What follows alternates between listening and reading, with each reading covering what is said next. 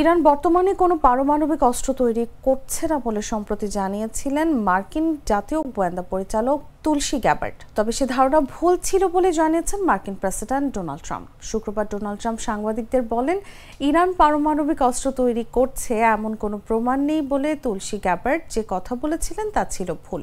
তুলসী গ্যাবার্টের অবস্থান সম্পর্কে সাংবাদিকদের প্রশ্নের জবাবে তিনি বলেন, আমার গোয়েন্দা সম্প্রদায় ভুল ছিল। ইরান ইসরায়েলের যুদ্ধের বিষয়ে মার্কিন প্রেসিডেন্ট বলেন, যুদ্ধের ক্ষেত্রে ইসরায়েল ভালো করছে। আমার মনে হয় আপনারা বলতে পারেন ইরান কম ভালো করছে।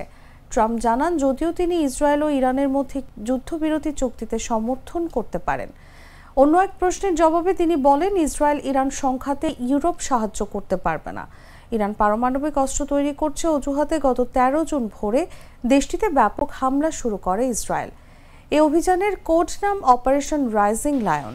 তাদের লক্ষ্য ছিল ইরানের পারমাণবিক স্থাপনা, সামরিক ঘাঁটি ও ঊর্ধ্বতন কর্মকর্তাদের আবাসিক ভবন। ইসরায়েলের হামলার পর ইরানও প্রতিরক্ষা হিসেবে ইসরায়েলে হামলা চালায়। তাদের অভিযানের নাম দ্য প্রমিস 3। অষ্টম দিনে গড়িয়েছে ইরান ও ইসরায়েলের মধ্যকার সংঘাতে এখন পর্যন্ত দুই দেশেরই ব্যাপক ক্ষয়ক্ষতি হয়েছে।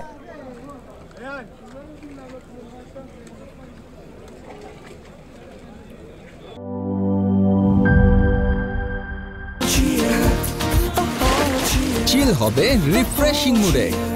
চিয়ার আপ, চলো উড়াই খুশি।